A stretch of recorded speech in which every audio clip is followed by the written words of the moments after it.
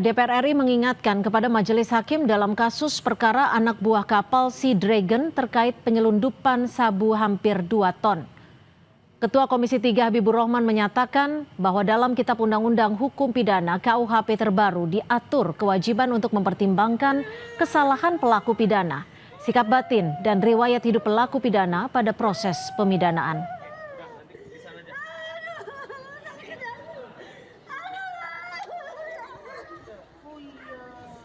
Komisi 3 DPR RI mengingatkan kepada penegak hukum, termasuk Majelis Hakim dalam perkara Fandi Ramadan di Pengadilan Negeri Batam, bahwa konsep hukuman mati dalam KUHP baru jauh berbeda dengan KUHP lama.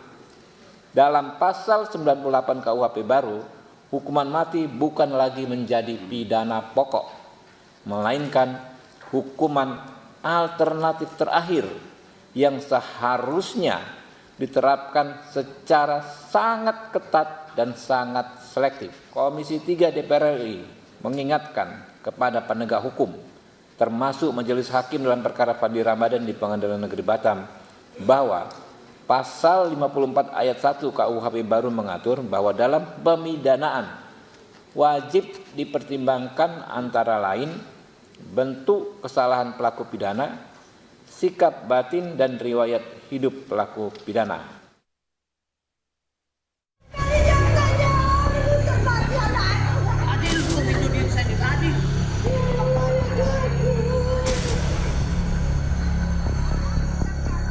Tangis histeris Ibunda Fandi Ramadan pecah setelah jaksa memberikan tuntutan hukuman mati kepada Fandi terkait kasus dugaan penyelundupan 2 ton narkotika jenis sabu.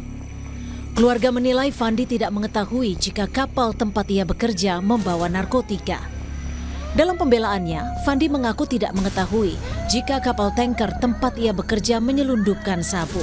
Saat melamar kerja, dirinya mendapat informasi jika kapal tanker Sea Dragon mengangkut minyak. Kuasa hukum menyebut Fandi Ramadan dijebak karena ia baru 3 hari berlayar. Menurut kuasa hukum, Fandi sempat curiga dan bertanya kepada kapten kapal soal barang yang dibawa. Namun barang tersebut diklaim sebagai emas. Beliau ini terjebak, direkrut, dia melamar kerja di perusahaan asing itu, diterima, kemudian dokumennya diserahkannya sama kapten yang mengurus segala sesuatunya. Tentang itu barang bukti itu, waktu di kapal, dia kan sudah ada kecurigaan sama kapten itu ya. Apa ini Cap? Itu dibilang emas dan uang.